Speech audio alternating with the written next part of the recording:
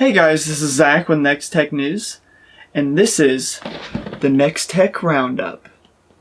Today we're going to be discussing the Google Pixel XL2, so let's get going.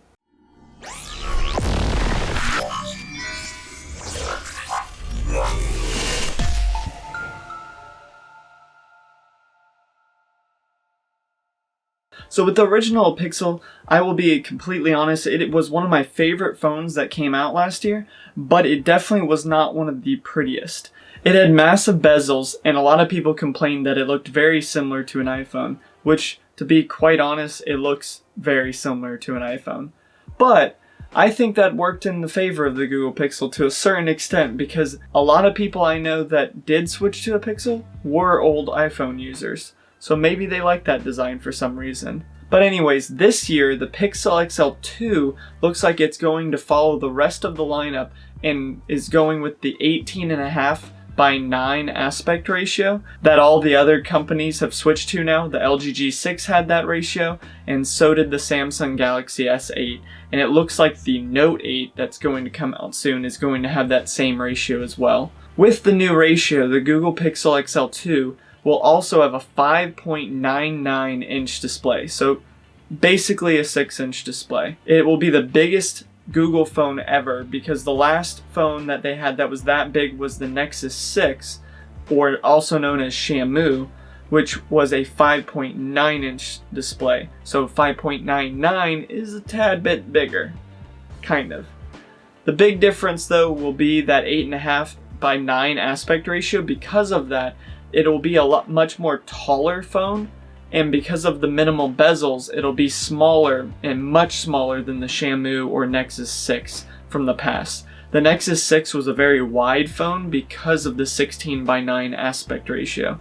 So this one should be much more manageable as far as hands, but it'll probably be still a big hand kind of person phone, because it's going to be a massive phone still. The new Google Pixel XL looks like it's actually going to be made by LG this year. Originally the rumors were saying that the HTC was still going to make the Pixel XL2 and the Pixel 2, but now it looks like they're only making the Pixel 2 and LG is making the Pixel XL2.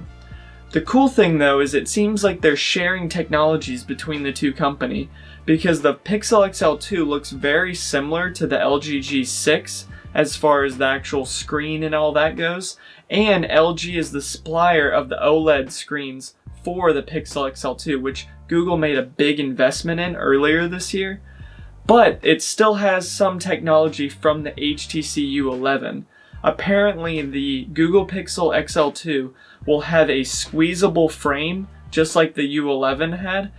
In the U11 it allowed you to shortcut to different applications like the camera and stuff like that, but it looks like Google is going to primarily use that to launch your Google Assistant easier, which honestly sounds like a good implementation. And I do actually still hope that Google allows you to modify the gesture and not just lock it down to the assistant. I'm not a big fan of when companies lock down buttons and stuff like that to a specific function, i.e. Bixby.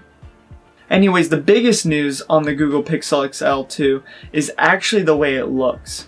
Apparently, the new one will have no bezel, basically, just like very similar bezel ratio to the LG G6, just a small bezel at the top and bottom, and very minimum side bezels.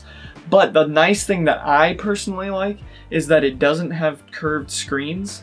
Curved screens look great and all, but it makes your phone extremely accident prone, and when you're a person like me who's not a big fan of cases and I really don't usually use cases on my phone, I really don't want a phone that's even more fragile than phones already are. I don't drop my phones a lot, but I just know if I had a curved screen on my phone that you're just so much more likely to crack that screen, because it just has more area and more surface to crack on.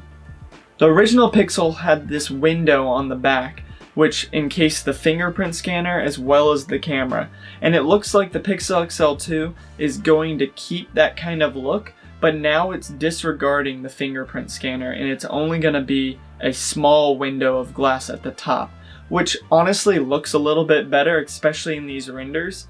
And honestly, I actually kind of like the bigger camera lens that you see in these renders as well, just because it looks better. The size of that camera lens I really don't think matters as far as the actual quality of the camera or anything like that. It's more of just a physical appearance thing, and honestly the bigger ones look better. At least in this concept render, it definitely looks better in my opinion than the itty bitty one from the original Pixel XL. One of the more recent rumors that have come out is it looks like the Pixel XL2 is going to be using the Snapdragon 836, which is a processor we actually haven't really heard much about, but it looks like Qualcomm is going to do the same thing they did last year. Last year they came out with the Snapdragon 820, and then later in the year they came out with the 821, which was primarily just an improvement on the 820. And it looks like the 836 is going to be the same thing. It's going to be a slight improvement on the 835 with just slightly higher clock speeds on the CPU and GPU in the system on a chip. So it looks like again the Pixel XL will be able to say that it has the most recent Snapdragon processor, which again it had last year when it was released. This year again it looks like it's going to have 4 gigs of RAM, and it's going to probably have a very similar sized battery, but I haven't seen any rumors about what the size of the battery is going to be. But the most important thing I think the Pixel XL really missed out on was water resistance, and it looks like from at least these initial rumors that the Pixel XL2 is going to have IP68 water resistance, which is huge because honestly in this day and age, the amount that we use our phones outside and with us all the time, we really need them all to be waterproof. That really just needs to become a flat out standard. Not for taking it swimming or anything like that, but just for your protection. Which is the same reason I'm not a big fan of curved screens, because I want my phones to be protected.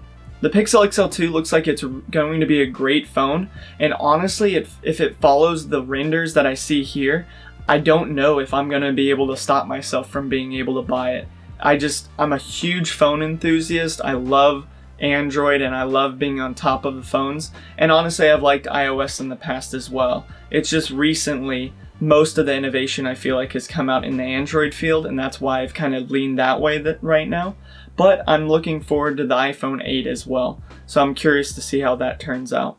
But anyways, the Pixel XL2 seems like it's going to be an absolute beast of a phone, and honestly, the only thing I think that could possibly deter me is the rumors on the price. Apparently, the Pixel XL2 might be more expensive than the Pixel XL OG, and that kind of scares me a little bit because I know I'm really going to want it, and I don't know that I want to spend more money than I spent on the Pixel XL. But let me know what you guys think in the comments below about what you see in these renders and what you think the price might be. I hope you guys liked this video. This is Zach with NeXTech News. See ya.